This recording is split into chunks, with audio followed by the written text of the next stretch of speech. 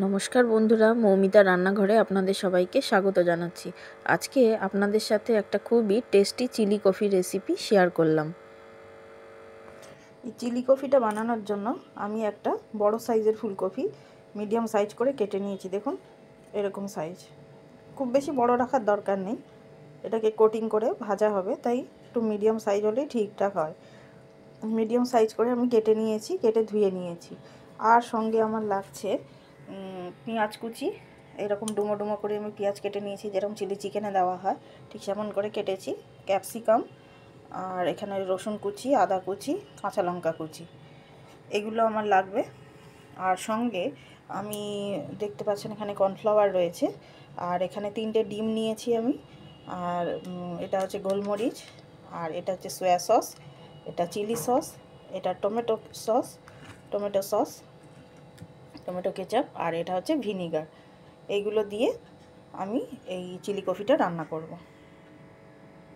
প্রথমে এই চিলি কফিটা রান্না করার জন্য ফার্স্টে এই ফুলকপিগুলোকে খুব সামান্য জল দিয়ে আর নুন দিয়ে আমি একটু হাফ সেদ্ধ করে নেব।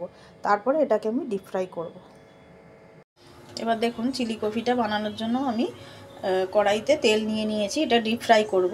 আর এখানে কফিগুলোকে হাফ নুন দিয়ে খুব সামান্য জল দিয়ে হাফ সেদ্ধ করে আমি রেখেছি। এবার এই কফিগুলো একটা একটা তুলে, আর এটা আমি ব্যাটার বানিয়ে নিয়েছি। এটা সামান্য ময়দা একটু দিয়েছিলাম, আর কর্নফ্লাওয়ার আর ডিম আর গোলমরিচ গুঁড়ো আর নুন দিয়ে আমি ব্যাটারটা বানিয়ে নিয়েছি। এবার এই ব্যাটারের মধ্যে এগুলোকে এরকম ডিপ ফ্রাই করব। এরকম হালকা কোটিং করে এটাকে আমি ডিপ ফ্রাই করব। ফ্লেমটা হাই রাখবেন এই অবস্থা, কারণ ফুলকপিগুলো আগে থেকে সেদ্ধ করা আছে, তাই নাহলে বেশি সেদ্ধ হয়ে যাবে। এইভাবে আমি ডিপ ফ্রাই করব।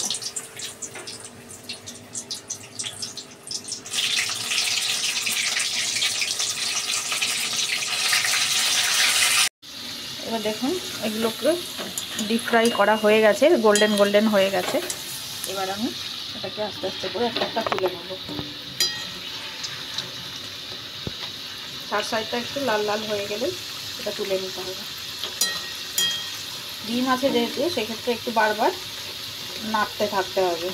আঁচটা হাই থাকলেও নাড়তে হবে, নাহলে ডিমটা পুড়ে যাবে। এবার আমি আস্তে আস্তে করে এগুলোকে তুলে নেব।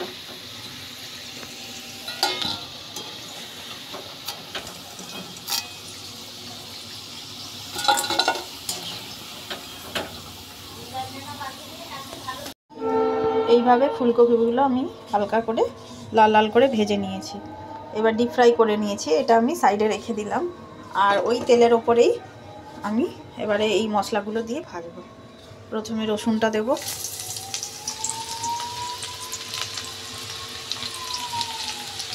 রসুনটা দিয়ে একটু হালকা নেড়ে দিয়ে একবার, তারপরে আমি আদা কুচিটা দিয়ে দেবো, কারণ এগুলো বেশি ভাজা হবে না।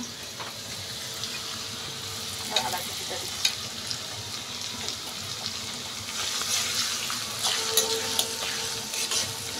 ভাজা ভাজা হলে ফ্লেমটা আমি হাই রাখছি গ্যাসে।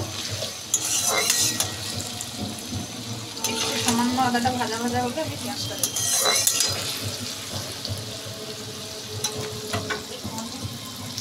আদাটা এবার ভাজা ভাজা হয়ে গেছে, এবার আমি এবার পেঁয়াজগুলো দেবো।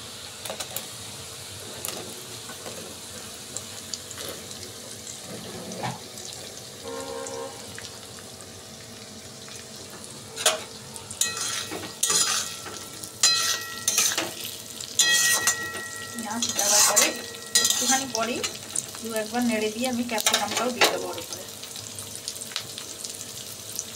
পেঁয়াজটা একটু হালকা ভেজে নিয়ে আমি এবার ক্যাপসিকামটা উপরে অ্যাড করে দিই, আর আমি সঙ্গে কাঁচা লঙ্কাটাও দিয়ে দিচ্ছি। এবারে আমি এটাকে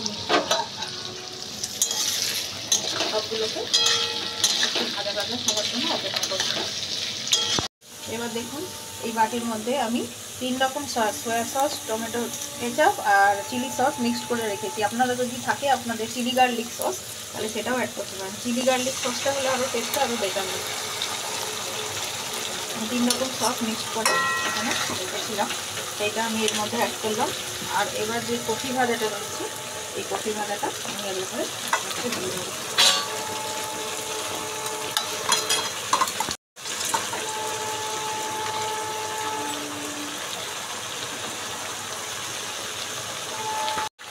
এবার এটাকে এই কফিগুলো দিয়ে এটাকে আমি মিক্স করব। আমি আলাদা করে জল অ্যাড করব না, এখন ড্রাই হবে। কর্নফ্লাওয়ারটা কিছু ইউজ করবো না, চিলি চিকেনে যেটা করা হয় আমি এটা ড্রাই রাখবো, শুধু সস দিয়ে এটা করবো। আপনারা যদি চান তাহলে এটা কর্নফ্লাওয়ারও অ্যাড করতে পারেন, অল্প জলে কর্নফ্লাওয়ার মিশিয়ে অ্যাড করে, তবে এই ড্রাইটা হলে খেতে বেশি টেস্টি হয়।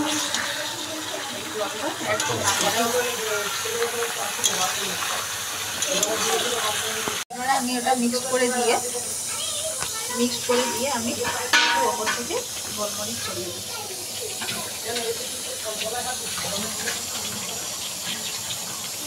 এই পর্যায়ে আপনারা নুন মিষ্টিটা একটু দেখে নেবেন। আমাদের চিলি কফি একদম রেডি হয়ে গেছে খাওয়ার জন্য। দেখুন এটা দেখতে কতটা লোভনীয় হয়েছে। এটা রুটি, পরোটা বা নানের সাথে খেতে খুব সুন্দর লাগে।